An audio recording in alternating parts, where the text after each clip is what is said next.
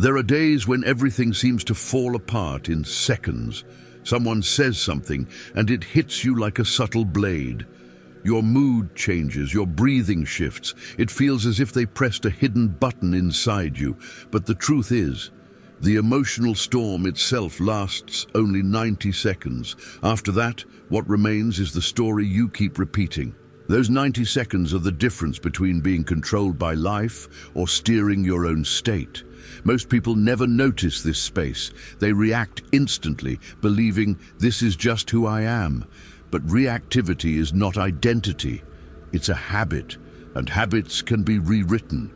You can feel anger without letting it own you. This is a practice, a training of awareness. If you're here, take a moment to subscribe to the channel.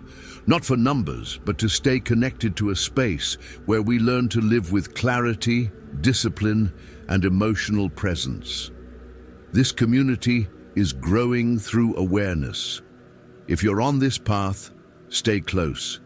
You will not walk it alone. When we say someone pushes our buttons, it sounds like they control our feelings, but they don't. The button only works because it is connected to something inside us, a wound, a memory, a value we hold deeply. The person doesn't create the reaction, they reveal what was already there. It is easier to blame the other person than to look inward.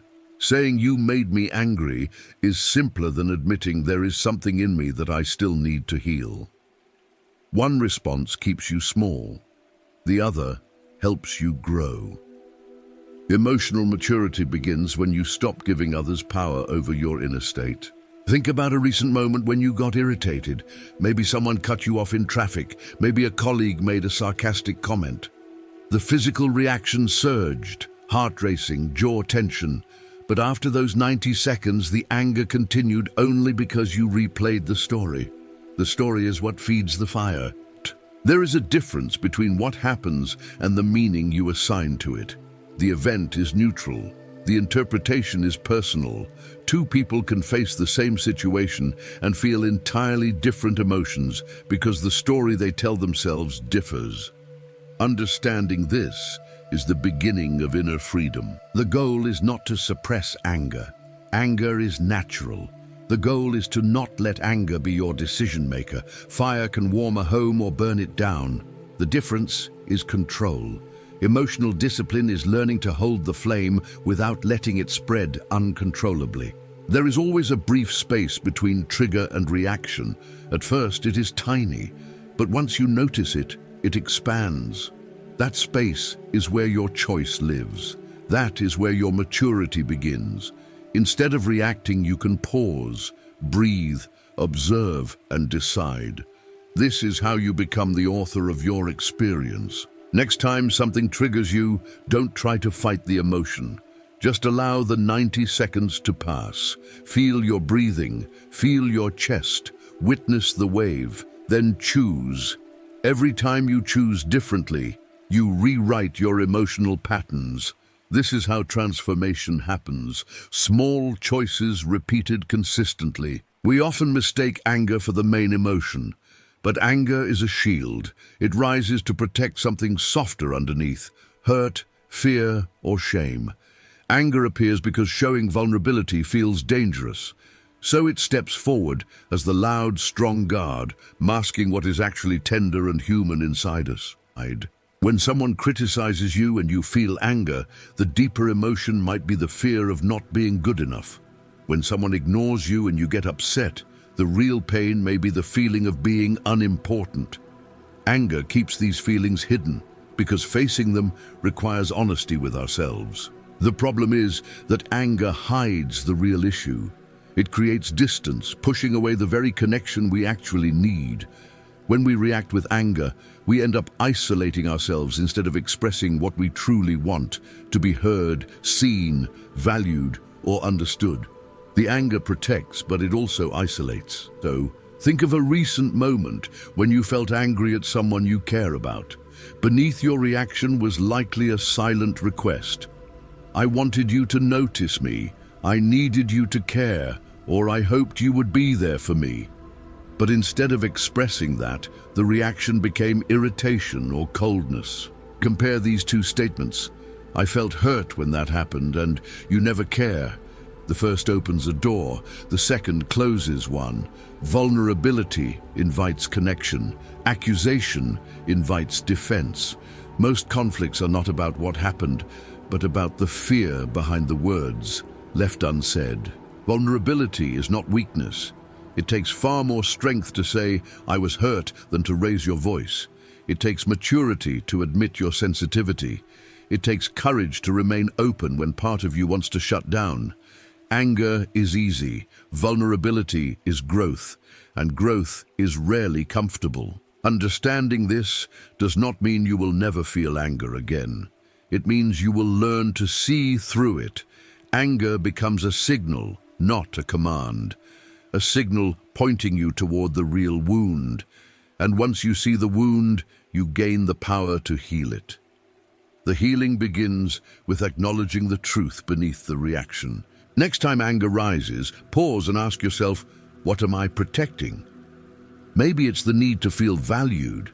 Maybe it's the fear of being dismissed. Maybe it's an old memory resurfacing. Naming what is underneath breaks the cycle of reactivity. You begin to move from automatic reaction to conscious response. Each time you go beneath the anger, you reclaim a piece of your emotional freedom. You stop being controlled by the surface of your feelings. You become someone who understands their inner world deeply. And when you understand yourself, the world around you loses its power to shake your peace. If you stayed until the end, comment, I look beyond the anger. This marks the beginning of seeing yourself with clarity. Between what happens and how you react, there is a space. At first it is small, so quick it feels invisible, but that space is where your freedom lives. Most people react instantly, believing their reaction is automatic. But it isn't. The reaction is a habit, and habits can be changed. The space is where choice begins. If someone speaks harshly to you and you immediately respond with anger, you are giving away your power. Your emotional state becomes controlled by the outside world. But if you pause, even for a breath, you shift from reaction to awareness. Awareness is the door to sovereignty over yourself. The first sign of this awareness appears in the body. Your chest tightens, your jaw clenches, your breath shortens. If you can notice these signals without acting on them, you interrupt the automatic response. You are no longer trapped inside the emotion. You are observing it. This observation creates the point of choice. A single breath becomes a hinge between two paths. One leads to repeating the same old reaction. The other leads to growth. That breath is a quiet revolution. It is you saying, I choose who I am in this moment. A pause may seem small, but it can change everything. A 3-second breath can prevent words that take hours to repair. It can protect a relationship. It can preserve your peace. A pause is not avoidance. It is mastery. It is choosing clarity over impulse. When you practice this, even difficult people lose their power over you. Instead of reacting to them, you start learning from them. They become mirrors that reveal your patterns, your wounds, your thresholds. They show you where you still get lost. They become, without knowing, your emotional teachers. True strength is not about overpowering others. It is about not being overpowered by yourself. Anyone can argue, shout, or defend. Few can stay grounded while feeling intense emotion.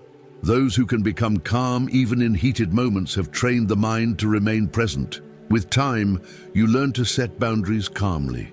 You learn to step away without shutting down. You learn to say, this matters to me, without raising your voice. You protect your peace not with walls, but with clarity.